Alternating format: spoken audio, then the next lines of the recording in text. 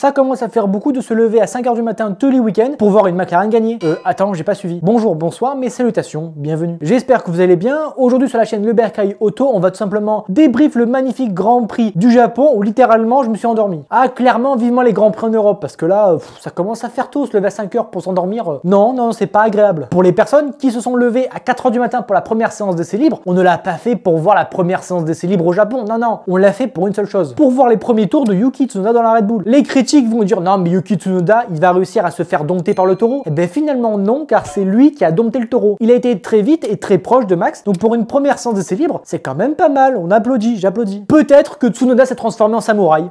On sait pas. Est-ce qu'on peut s'arrêter 2 secondes sur la livrée de la Red Bull qui est juste incroyable? Elle est sublime. Oui, j'ai des sentiments pour une voiture. Non mais tout va bien, vraiment, le pot d'échappement, oh waouh! Dans la continuité d'avoir 45 troisième pilote, Alpine a fait rouler le pilote japonais Ryo Hirakawa. Alors dire que c'est un rookie, c'est un bien gros mot. Oui, effectivement, il fait ses premiers tours de roue en Formule 1 lors d'une séance officielle. Mais ce n'est pas non plus un débutant en Formule 1. Il a quand même été champion pilote et constructeur avec Toyota en endurance. Il a fait aussi un podium aux 24 heures du Mans et a roulé en Super Formula. Pour rappel, les Super Formula, c'est quand même les voitures les plus rapides en virage avec la Formule 1. Donc oui, officiellement, c'est un rookie en Formule 1, mais il a plus d'expérience que Jack Doohan. Donc un mec qui fait des premières séances d'essai libre a plus d'expérience que Jack Doohan qui est un rookie en Formule 1. Non mais c'est logique, c'est logique. Après, peut-être que Alpine, ils n'ont pas compris le concept de troisième pilote. McLaren, durant les essais, vont être au sommet. Il est donc logique de les considérer comme un client à la pole. Mais vous savez qui va être leurs plus grands ennemis? Non, c'est pas Max Verstappen. On en reparle après. C'est tout simplement les incendies. À chaque fois que la F1 passe à Mach 12, cela génère des étincelles avec la plaque de tungstène qui frotte. On a eu droit quand même à plus de 5 départs de feu juste à cause de ça quand même. Comme quoi, avoir de la pelouse, ça sert à rien. Non, venez au circuit Paul Ricard. Là au moins, il n'y a plus de pelouse. Après, d'un côté, si les Formule 1 crament toute la pelouse, on n'aura plus de pelouse et du coup, on n'aura plus de feu. C'est des génies. Ces essais sont aussi marqués par l'énorme boîte que va se mettre Jack Doohan. Il va se fracasser contre le mur à plus de 200 km/h. Il a oublié de fermer le DRS et malheureusement pour lui, ça l'a catapulté. Eh ben super, une voiture à construire. Bon les gars, la caisse à outils, elle est où? Cet accident rappelle celui de Marcus Ericsson en Grande-Bretagne où il avait oublié de fermer le DRS. Ou encore Marcus Ericsson à Monza où cette fois le DRS n'avait pas voulu se fermer. Pour Ericsson, le DRS c'est son ennemi. Et maintenant aussi, c'est l'ennemi de Jack Doohan. Alors apparemment, d'après les rumeurs, c'est qu'une supposition, je suppute, vous supputez, il suppute, il n'aurait pas fermé le DRS car apparemment au simulateur d'Alpine, il aurait remarqué qu'il pouvait fermer le DRS beaucoup plus tard. Et donc forcément, emmener plus de vitesse. Alors ça c'est très bien de tester des choses, mais peut-être le tester à la fin de la séance, non pas au début, parce que là, il faut refaire une voiture, c'est un peu compliqué. Après, peut-être que le simulateur d'Alpine, c'est F1 24. Et du coup, là, oui, effectivement, ça explique des choses. Allo Franco, mon ami, ou assez pour savoir, tu es prêt pour monter dans la voiture? De l'autre côté, nous aurons droit au rookie Fernando Alonso, qui a transformé sa Formule 1 en tracteur. Malheureusement, le gravier était beaucoup trop épais et il est resté bloqué. Ce qui est vraiment bizarre, ce qui est vraiment étrange, cela me rappelle un film que j'ai vu récemment, à 23 h, où une personne était bloquée dans une machine à laver.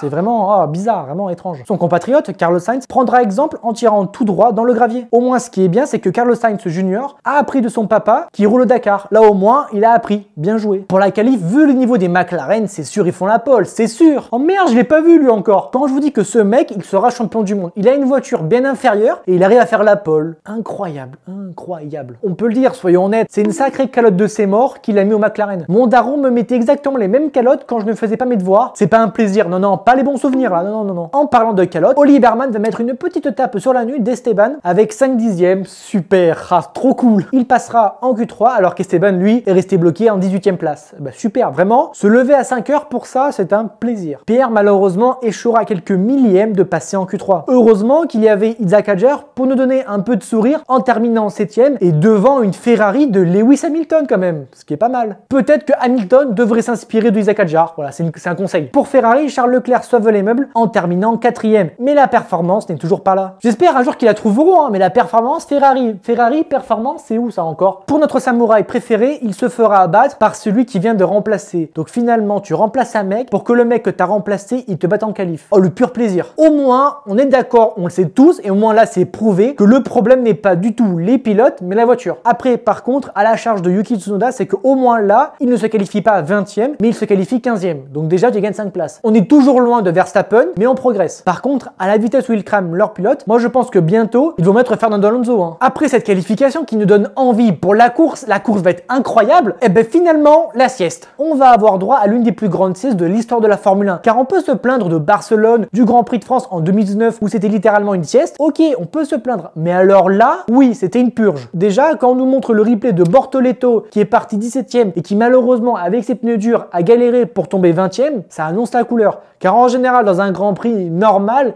les Sauber on les montre jamais. Oula, Sauber, hein, quoi, non. Dans les moments symboliques, entre guillemets, on a droit à Lawson, où son train arrière va jouer la Macarena et se fera passer par notre samouraï préféré. Très beau dépassement de Sainz en début de course qui a fait un plongeon magnifique pour une 15e place. Ah non, mais quand je vous ai dit qu'on s'est endormi, bah c'est vrai, on s'est endormi. Plus jamais je me lève aussitôt, plus jamais.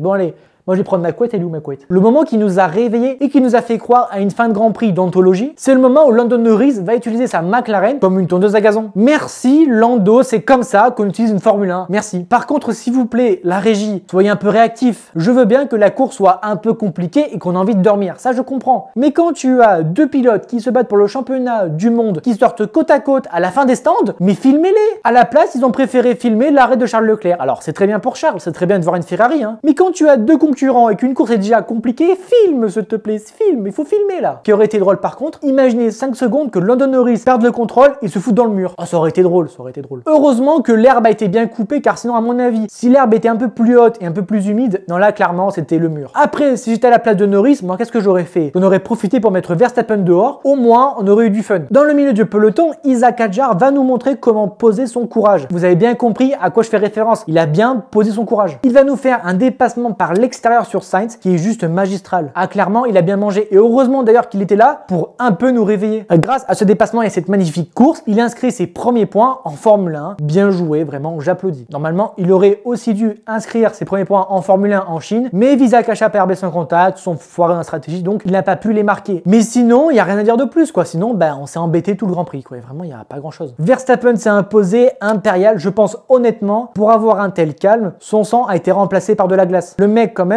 a roulé avec la pression de Norris et de Piastri toute la course et il a réussi à terminer premier. T'as l'impression que c'est facile entre guillemets. Vous allez me dire mais attends pourquoi tu ne parles pas des McLaren qui n'ont pas inversé les positions pour aller chercher Max? Oui je suis d'accord avec vous que Oscar Piastri avait beaucoup plus de rythme que Lando Norris. Mais quand on prend la philosophie du Grand Prix qui a eu au final très peu de dépassements et que les seuls dépassements qu'il y a eu c'est par rapport à une différence de pneumatique et d'usure de pneumatique, donc oui peut-être que Oscar aurait eu le rythme d'aller reprendre Verstappen, ça y a pas de problème, mais ensuite pour le dépasser, ça va être un poil compliqué. Je suis d'accord avec vous, je ne comprends pas pourquoi ils n'ont pas essayé. À la limite, tu fais soit 1 et 3, ou soit 2 et 3. Dites-vous quand même que McLaren, ils ont été rapides en essai libre 1, essai libre 2, essai libre 3, Q1, Q2. En Q3, ils se font battre et en course, ils se font encore battre. Finalement, le problème de McLaren, c'est eux-mêmes. Et l'écurie qui n'a toujours pas réussi à marquer des points en Formule 1, c'est Alpine. Eh ben super. On a plus vu l'Alpine dans le mur que marquer des points quand même, hein. Ça craint un peu quoi. J'espère que cette vidéo vous a plu, n'hésitez pas à vous abonner. Attendez, on vient de me dire dans l'oreillette que Lance Stroll vient enfin de finir le Grand Prix du Japon. Incroyable. Personnellement, si je devais noter ce Grand Prix, je mettrais un magnifique 5 sur 20 parce qu'on a bien dormi quand même. J'espère que ce débrief vous a plu même s'il a été beaucoup plus court comparé aux autres, mais d'un côté, il n'y avait rien à dire. Faites attention à vous, on se retrouve nous vendredi pour parler de Formule 1 de faillite. Faites attention à vous, buvez de l'eau et puis salutations.